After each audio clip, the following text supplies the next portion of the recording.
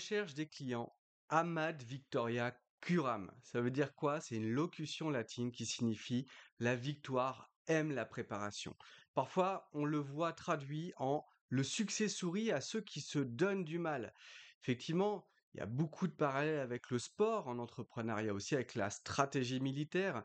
Vous ne pouvez pas gagner un match, une compétition sportive, une bataille, si vous n'avez pas préparé, vous n'avez pas fait vos devoirs. Quand on cherche le trou de souris pour développer sa société, eh bien, il faut prendre un temps de préparation. Et d'ailleurs, je vous conseille d'avoir des moments dans la semaine où vous vous dites, bah, pendant une demi-journée, pendant une journée, je ne travaille pas. Par contre, je travaille, on va dire, à trouver un plan, à trouver une voie, à trouver un chemin vers vos objectifs.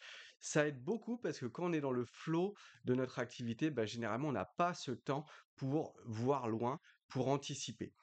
Mais en même temps, il ne faut pas céder au syndrome de l'imposteur. C'est-à-dire que c'est bien d'avoir un plan, c'est bien de voir loin, mais c'est pas efficace de toujours se dire, bah, mon programme, mon offre, ma formation, mon coaching n'est pas encore prêt. Je ne peux pas aller rencontrer mes clients, je ne peux pas présenter ce que j'ai fait parce qu'il manque une fonctionnalité, il manque une page de vente, il manque une carte de visite, il manque un site internet. Très sincèrement, j'ai lancé beaucoup d'offres avec juste des emails texte pourris. Je l'ai simplement présenté à une audience suffisante et j'ai pu en tirer des enseignements, c'est-à-dire est-ce que ça fonctionne, est-ce que ça plaît, est-ce que ça ne plaît pas. Bien sûr que c'est mieux d'avoir tout un système, tout un tunnel, avoir une armée de commerciaux avec des plaquettes et des flyers, etc. Mais au début, on est obligé de tirer des enseignements et d'aller vite.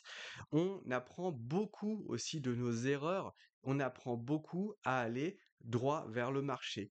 Heu, Souvent, c'est une peur qui vous empêche de confronter votre offre à des gens.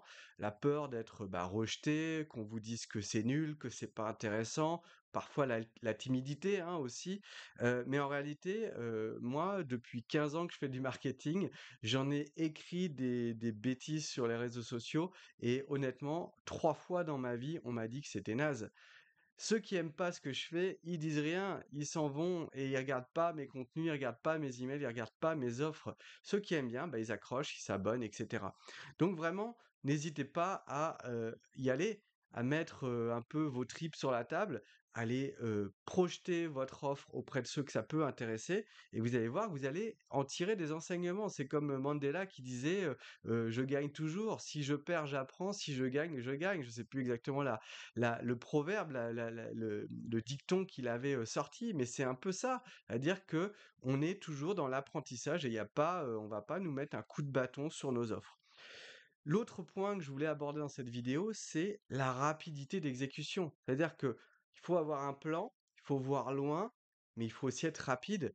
On ne peut pas se permettre de lancer par toutes petites touches et d'attendre 6 mois, 1 an, 2 ans avant de mettre en place, de lancer, d'être confronté à nos clients.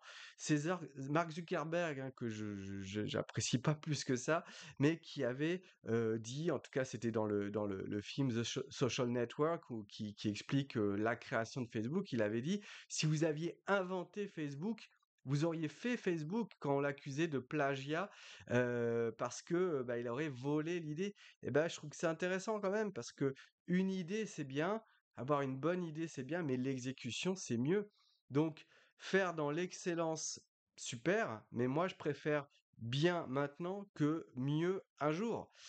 Donc, rapidité d'exécution, itération rapide, vous répétez par petites touches très rapides pour vous améliorer jusqu'à trouver des leviers de croissance.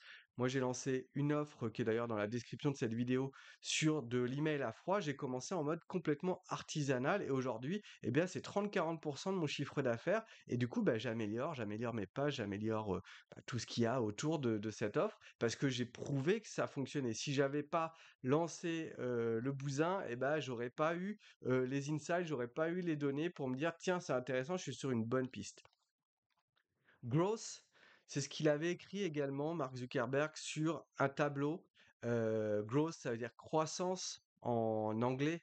Et donc, il avait écrit growth en le soulignant. C'est, je crois, ouais, je retrouverai plus la personne qui a donné cette anecdote. Donc, il avait dit concrètement, tout ce qui ne participe pas à la croissance de l'entreprise, on arrête. Les fonctionnalités qui sont sympas, les projets qui peuvent être bien dans 5 ans, on arrête. On se focalise que sur des choses qui font grossir l'entreprise.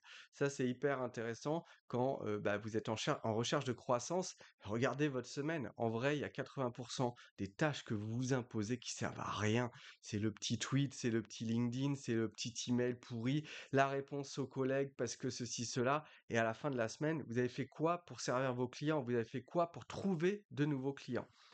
Hem et dernière petite anecdote sur Zouk. Voilà, encore une fois, je suis pas fan de Zuckerberg, mais il y a des bonnes anecdotes sur la création de Facebook.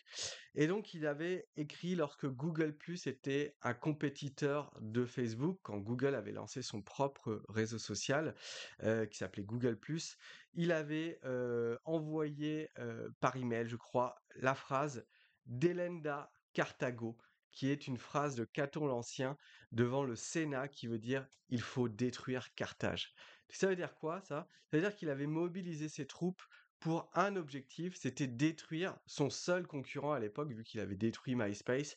Et donc, il avait mis les ressources humaines, mentales, financières pour atteindre un objectif. Et ben moi, je vous conseille, au lieu de faire votre routine qui vous emmène à 1 an, 2 ans, 3 ans, 5 ans, en faisant la même routine, et ben, donnez-vous des objectifs de type: «Je vais détruire Carthage». Qui est-ce que vous pouvez détruire? Quel adversaire vous pouvez détruire?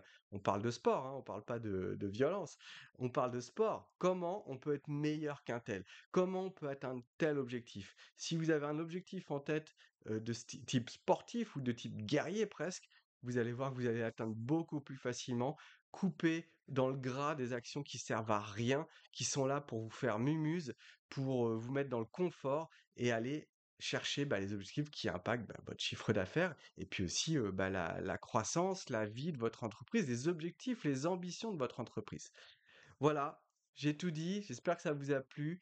Laissez un petit pouce bleu, mettez un commentaire, ça m'aide à développer la chaîne et à faire de plus en plus de vidéos. À très vite.